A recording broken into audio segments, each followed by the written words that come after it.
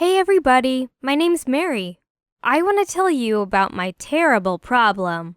At any moment, it can turn into a real tragedy. You see, I live in an apartment with my mom and a mentally ill person who's crazy about conspiracy theories. And that's my sister.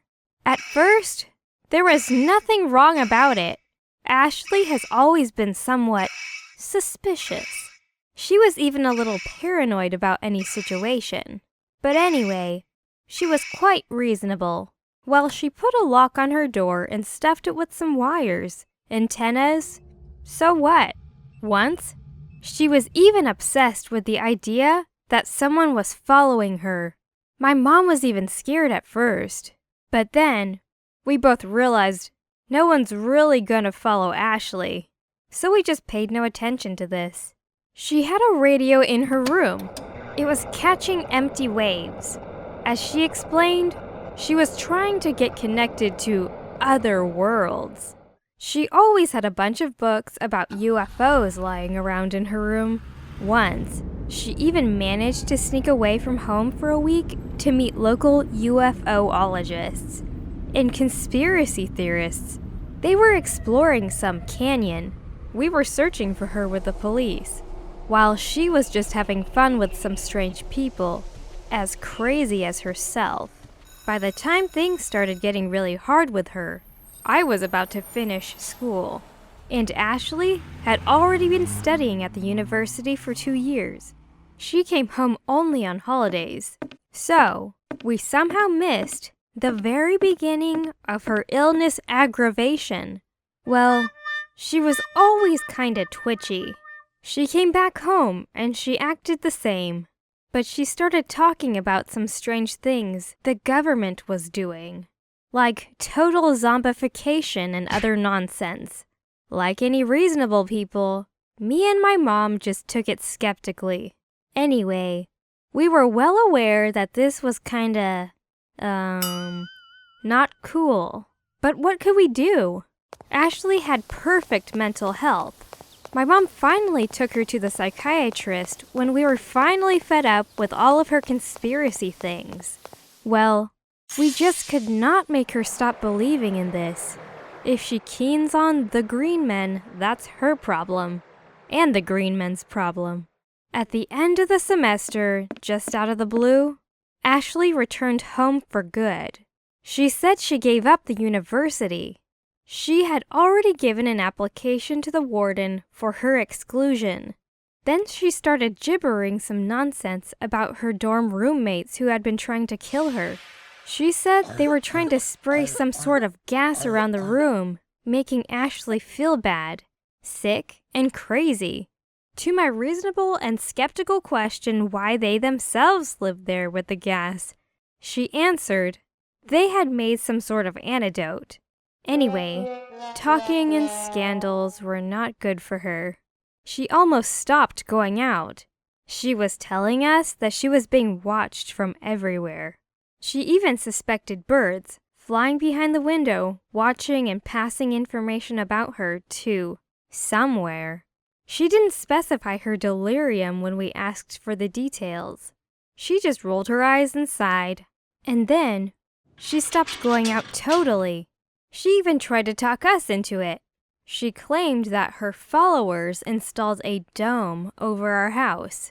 Now they send ultraviolet or ultrasound rays. I don't know. I'm not good at knowing anything about these UFO freaks. Ashley kept saying these rays would kill us all and turn us into zombies or any other strange creatures. The milkman, the postman, the neighbor. Everyone became enemies for her, and they could not be let into our house. Everyone wanted her dead. The air was poisoned with a special gas, burning her from the inside.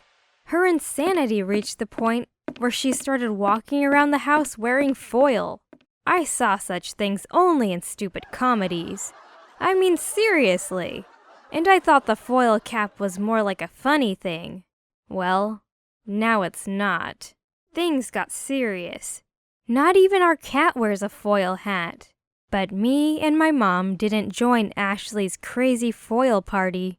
When we refused wearing caps, she declared us to be some foreign spies or aliens' accomplices or aliens themselves, masquerading as her family.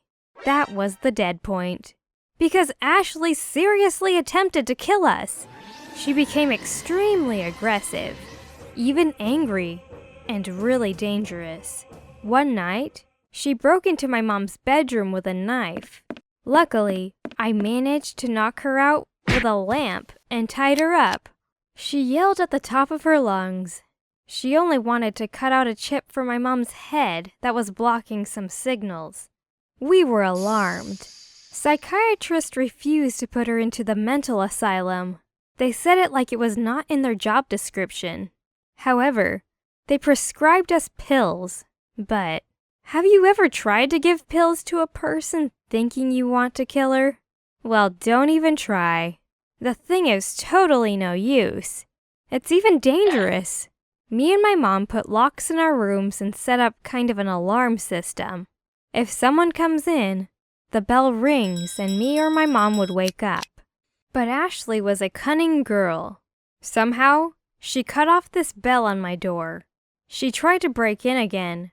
Now, she was in my room with a knife. I knocked her out with a floor lamp again. She was terribly unlucky with lighting devices. So, that was enough for us. We couldn't stand it anymore.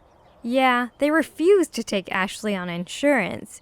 So my mom took out her stash for a rainy day and paid to arrange for her treatment. Mom also tried to negotiate about free hospitalization. It worked out. Maybe the police also helped because no one wanted 2 corpses in the neighborhood. Plus, Ashley herself cursed at the policemen saying some really nasty things about them. Or maybe people just felt sorry for her. Anyway, the government provided a special allowance for Ashley on the ground of mental disability. This money paid for her treatment. Now she lives in a special boarding school for mentally ill people. I don't know if it would really help her, but at least I can sleep well now, not being afraid for my mom and myself. Why did I tell you this? You see, faith is a good thing. It's even helpful if you practice it wisely. But a blind faith means a brain disorder.